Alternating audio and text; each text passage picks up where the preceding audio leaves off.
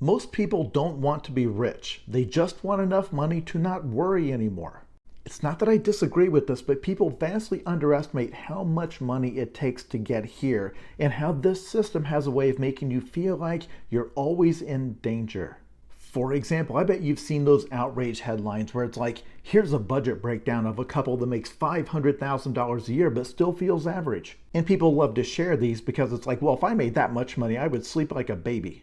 But I am telling you, here's the trick that the system plays, where each level you go up, they say, well, you know, technically here you could afford this, and this would make you and your family a little bit safer.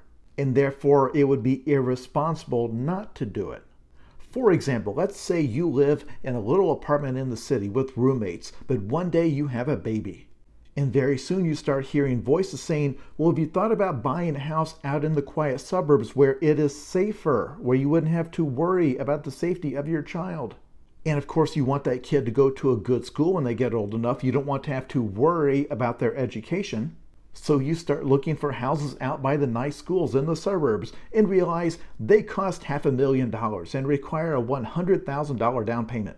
But the justification is, what would you pay for your child's safety? And that's when you realize, oh, peace of mind is expensive.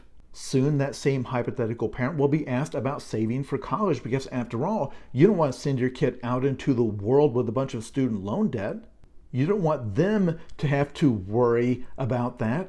So surely you're saving the between $100,000 and $200,000 it'll cost to put them through 4 years of school. And then when you get into your 40s, whether you've got kids or not, people are going to start talking about retirement.